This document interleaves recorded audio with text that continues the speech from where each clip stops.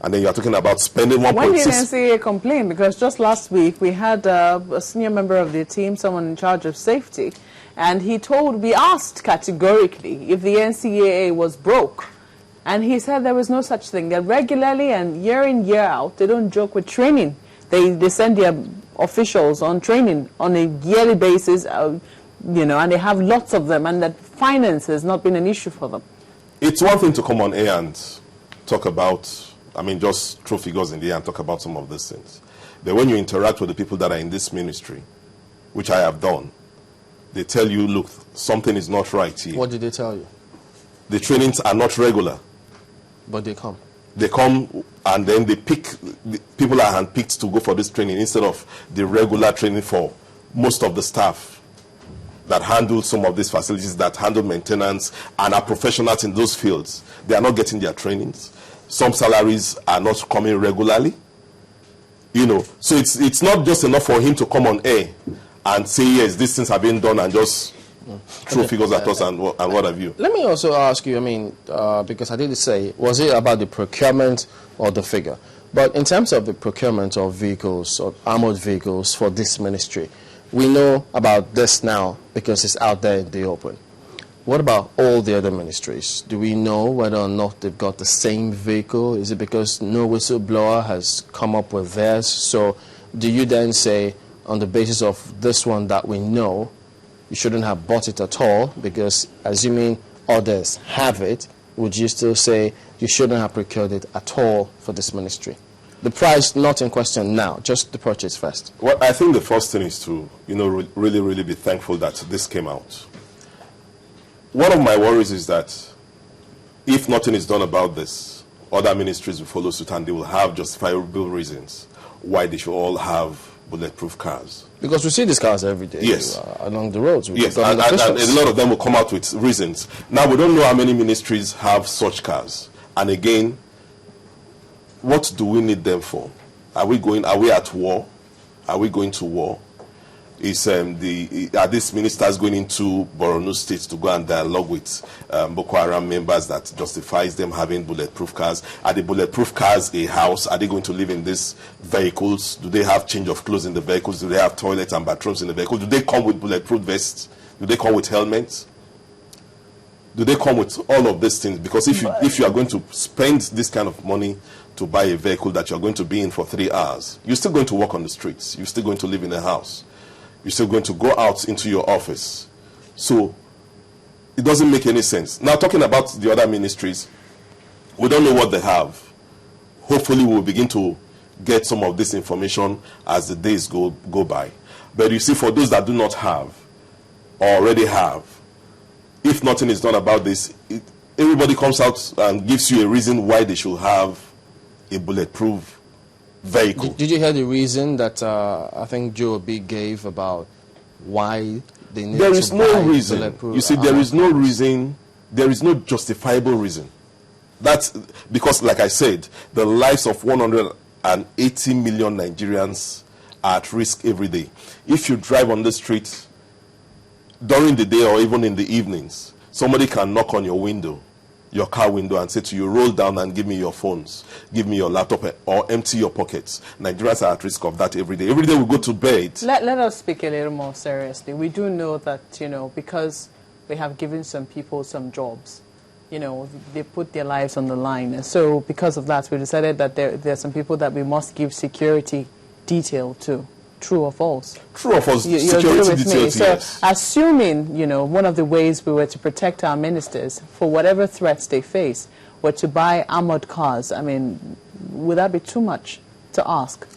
The reason, the question again is, an armored car for what? The last time, I mean, I use an example. You might say it's far-fetched, and there are two different, you know, there are two different things. But this was just a director general. She wasn't even a minister, facing threats to her life. I mean, we saw a time when she actually took a bullet, I mean, which went just right through her scarf, nearly scraping her hair. That was just a director general of an agency. So assuming that director general had asked for an armored car to say, my job is risky, give me one, would we not ask what for? Nigerians would have even asked for it for her, in the sense that, and let's get this straight. When the DG was doing her job in NAVDAC, Nigerians knew, Nigerians felt it. Nigerians knew, yes, this person was working. Everybody had a feeling of a sense of belonging into buying into what she was doing. So subsequently, did we say, let us have that kind of security for a director general of that agency, or it would just be because of one person? I mean, it's just that one person that will provide for. I'm just trying to, use a general benchmark.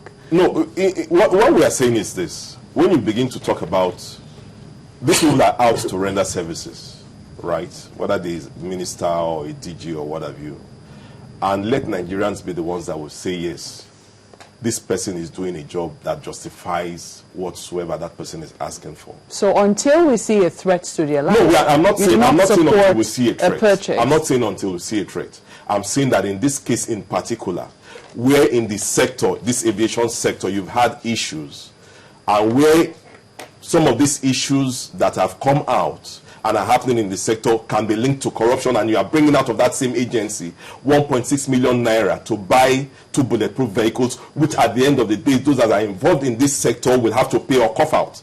One way or the other, there is rot in the system, and we are trying to pamper it. So let me get your point straight. What you're saying is that you're not against it, but not at the expense of safety to the aviation sector. Is that what you're saying? Not at all. You see, she has a ministry. If she had put a request in her ministry to say she needed a bulletproof vehicle, and the ministry, it was approved either through the Senate or through the House, and it was bought for her, it's a different issue. But again, you will still have people in the House who will say ask questions to find out whether it's justified or not. Of course, if they say it's justified, we will say ask questions why they think it is justified. But we are talking about a situation where unilaterally somebody has made a demand for vehicles, and an agency, an institution that is supposed to oversee a sector is providing those vehicles. At the end of the day, what you will have is that there will be low standards, compromises in that sector, because at the end of the day, people whose planes should not be flying will be made to cough out some form of funds, and at the end of the day, they will fly. What you're quarreling with is the process. It's not a due process. The process is wrong. That it didn't follow due process. It didn't follow due process. That's your quarrel. Yes. And then the figures again. Let us also get this straight. I mean, you've raised 2 points now, the process and the figures. But you've also raised the point where you think that where the companies, I mean, the operators under the NCA, whom the NCA oversees, they were not asked to cough out any money. What has that got to do with? Yeah, the airlines. No, we're talking about... Why should that compromise They might the not safety have standards? been asked, but at the end of the day, people want to do favors. People want to curry favors. People want to get to do so. Some of the planes that we've had that have had issues.